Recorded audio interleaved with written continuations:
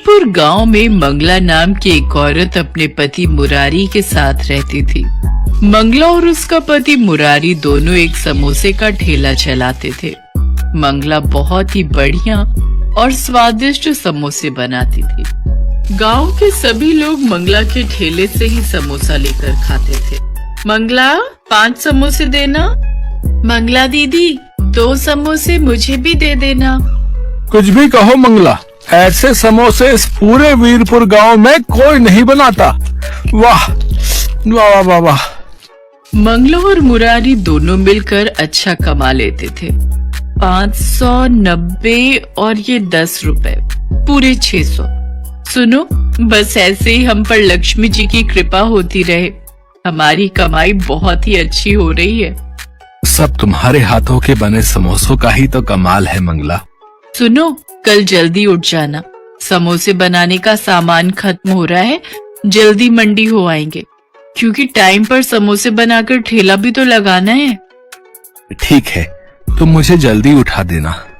अगले दिन मंगला और मुरारी दोनों समोसे का सामान लेने मंडी जाते हैं। भैया, सबसे बढ़िया वाले 20 किलो आलू कर दो। ये 30 रुपए किलो वाला आलू है, ये कर दूं? बढ़िया है ना? और मीठा नहीं होना चाहिए आलू, ना ही खराब। ये मटर तोल दो, प्याज और बाकी हरा धनिया, हरी मिर्च। मंगला और मुरारी इसी तरह सब्जी वाले से बढ़िया सब्जी खरीदते हैं। राशन की दुकान से समोसे बनाने के लिए बढ़िया मैदा और तलने का तेल खरीद लेते हैं। मंगला और मुरारी समोसे बनाने में बहुत ही बढ़िया सामान इस्तेमाल करते थे। शायद यही वजह थी कि उनके समोसे बहुत ही ताजे और स्वादिष्ट लगते थे। मंगला की जिंदगी में सब कुछ अच्छा चल रहा था। ऐसे ही एक दिन, सुनो जी, सामान लेने मंडी नहीं चल रही क्या? अरे भूल गई, आज शहर से मेरा दोस्त रघु अपनी पत्नी के साथ आ रहा है। हाँ, मैं तो भूल ही गई। एक काम करो, सामान मैं खरीद लाती हूँ। कभी पीछे से आ जाए तो तुम तो घर पर होगे, और सामान लाना भी जरूरी है। कल ठेला कैसे लगेगा फिर? मुरारी घर पर ही रुक जाता है और मंगला सामान खरीदने चली जाती है। मंगला जब सामान खरीदकर वापस घर लौटती है तो रघु और उसकी पत्नी आए हुए थे। मंगला उन्हें खाना पीना करवाकर समोसे बनाने का सामान खोलकर रखने लगी। अरे आप लोग इतना महंगा सामान खरीद कर समोसे बनाते हो, इससे आपको क्या बचत होती होगी? 5 रुपए के समोसे में 10 रुपए की तो लागत ही लगा देते हो। ऐसे थोड़ी होता है। अरे कमाई करना सीखो। मैं शहर में रहकर बहुत कुछ सीख गया हूँ। मैं तेरी बात नहीं समझा रघु। भैया, मैं आपको समझाती हूँ। हम पति पत्नी शहर में अपना घर बनाकर बैठे हैं और आज ये हमने मिलावट करके ही कमाया है। बस ग्राहकों की जीभ पर स्वाद लगना चाहिए। अरे तू समझा नहीं, तू इतना महंगा मैदा, इतने महंगे आलू और सब्जियां, तेल सब कुछ खरीदता है भाई। पर मैं भी ऐसे ही समोसे और पकौड़े का ठेला लगाता था, पर कोई कमाई नहीं होती थी। फिर मैंने शहर जाकर देखा कि सस्ता सामान लगाकर भी उतनी ही कमाई होती है जितना कि महंगा लगाकर। हाँ, सबसे घटिया मैदा और सूजी खरीदो और शाम के समय मंडी जाओ जहाँ सब्जियां छट जाती हैं, वो सस्ते में खरीद लेता हूँ। अब कोई खराब थोड़ी होता है सामान, बस थोड़ा पुराना ही तो होता है। ग्राहक कौन सा देख कर आया है? कितनी दुकानों पर सामान खरीद कर खाते हैं, अपने ऊपर कोई बात थोड़ी आती है। मंगला रघु और उसकी पत्नी की सारी बातें सुन रही थी। पर ये तो गलत है ना रघु? हम ग्राहकों को बढ़िया खाना खिलाने की जगह घटिया चीज खिलाएंगे तो उनकी सेहत पर भी तो असर होगा। अरे कुछ नहीं पता चलता जी, कहीं लिखा थोड़ी है कि तेरे ठेले के समोसे खाकर ही ग्राहक बीमार हुआ है? अगर अपना पक्का घर बनवाना है तो थोड़ी बहुत तो धोखाधड़ी करनी ही पड़ेगी भाई, वरना ऐसे काम नहीं चलेगा मंगला भाभी। ये ठीक कह रहे हैं मंगला भाभी। आगे बाल बच्चे होंगे तो खर्चा भी तो चाहिए। अभी से ये सब शुरू कर दो, वरना बाद में बहुत पछताओगे। कब तक रोजाना की कमा कर खाते रहोगे?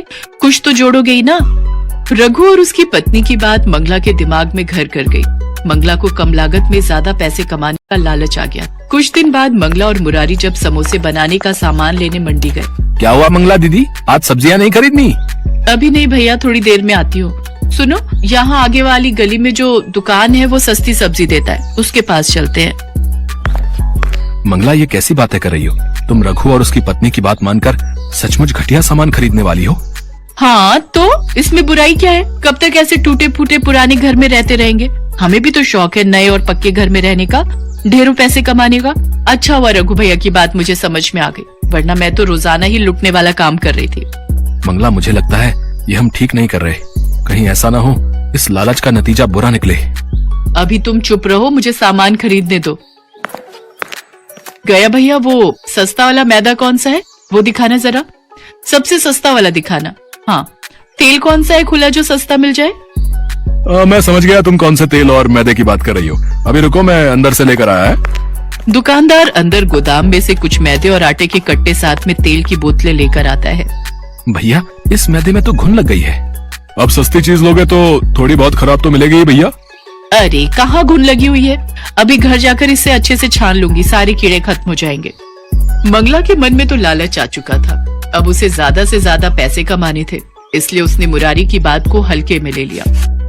मंगला उस पुराने सामान से समोसे तैयार करती है और शाम के समय ठेला लगाने बाजार में पहुंचती है। लोग तो मंगला के समोसे खाने के लिए पहले से ही भीड़ लगाकर रहते थे। कुछ ही देर में मंगला के सारे समोसे बिक जाते हैं। मंगला बहुत खुश थी क्योंकि आज कम लागत में उसकी कमाई ज्यादा हुई थी।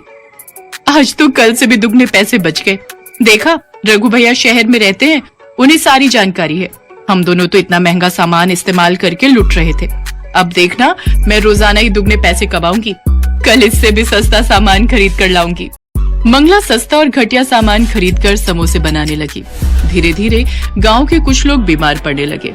किसी को कुछ भी समझ में नहीं आ रहा था कि लोग बीमार क्यों पड़ रहे हैं। तभी एक दिन पुलिस उस दुकानदार को पकड़ लेती है जो गांव में खाने पीने की दुकान और ठेले वालों को खराब सामान बेचा करता था। हाँ भाई, कौन कौन से खाने पीने की चीज बनाने वाले दुकानदार हैं और ठेले वाले भी, जिन्हें तो ये पुराना सामान बेचता है, जिस कारण गांव के लोग बीमार पड़ने लगे हैं भाई। अब मैं सबके नाम बताता हूँ मालिक। दुकानदार घबराकर सबके नाम बता देता है और उन नामों में मंगला और मुरारी का नाम भी शामिल था। मंगला और मुरारी को पुलिस पकड़ लेती है। मंगला आज सचमुच बहुत पछता रही थी क्योंकि उसने किसी के कहने पर अपना बसा बसाया काम खराब कर लिया, और वो भी थोड़े से पैसे कमाने के लालच में।